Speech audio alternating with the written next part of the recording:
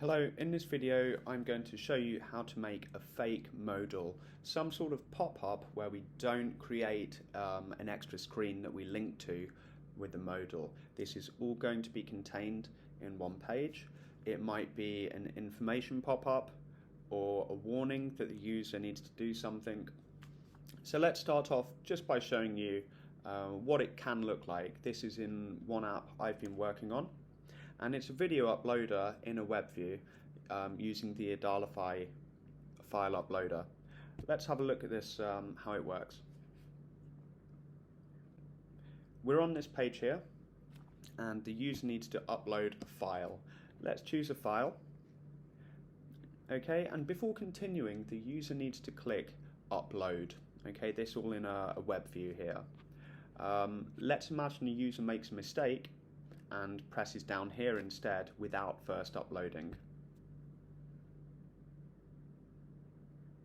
Okay, as you can see here, we've got this fake modal saying they need to click the green upload button before continuing.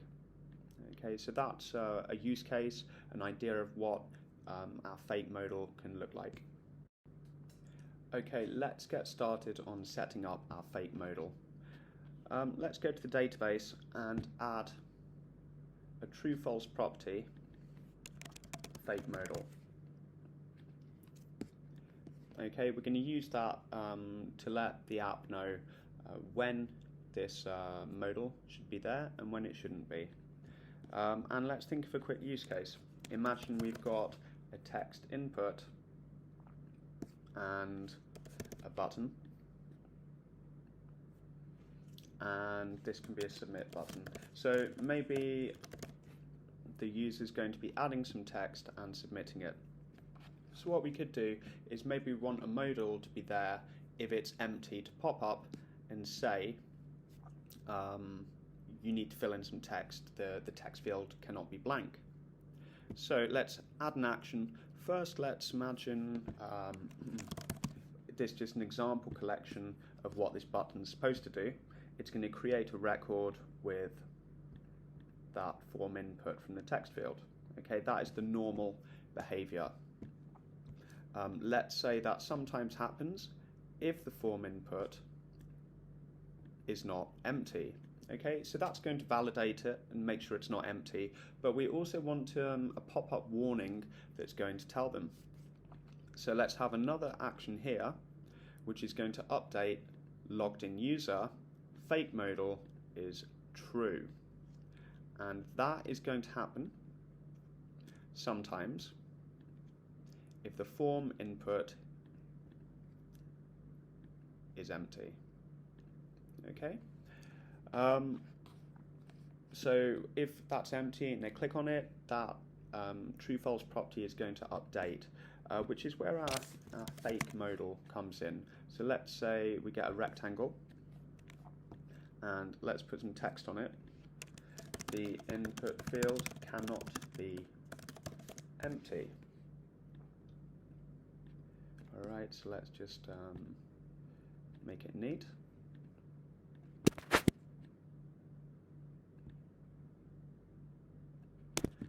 And let's group that. So it's quite crude, it's not too beautiful, but to start off with, let's say this is our modal. Okay, let's label it to make it easy to follow. Fake modal, or let's even call it empty input warning to make it descriptive. Okay, we're going to have custom visibility sometimes if logged in user fake modal is true. Okay, and so that's going to pop up when the user has not inputted anything into the field but clicks submit. The other thing we need to do, we're going to want to a button to close that. Okay, so let's have this button saying OK, and what it's going to do is just update the user again. Fake modal is false. Okay, I should have added that before. Now I'm just going to have to ungroup and group again here. make group and add that visibility again, okay, because I'm adding one new component to the group. Okay, so now imagine this, this group is going to pop up, and when they hit the button, it's going to change that property again, which should make the whole thing disappear based on its visibility. Now, one further thing is, having this sort of thing on the screen can really mess up your layout. So what we're going to do, we're going to edit the style, and we can have it fixed, and we could put top or bottom. And this kind of makes it separate to the other elements. And on the whole, will stop it breaking our layout and act much more like a hovering box rather than something that goes inside the main layout of the page. Let's try this out, see if it's working. Okay, so if we just press hello, it's going to submit, nothing else will happen. But let's leave that empty and see what happens. There we go, we've got this here. The input field cannot be empty. It might be useful here to see how would that interact with other elements. Okay, so let's get some lorem ipsum.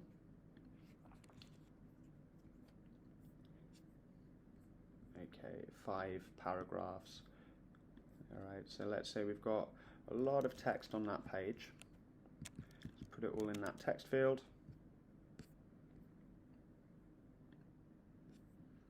Okay, and it's multi-line, all good. Okay, let's try again.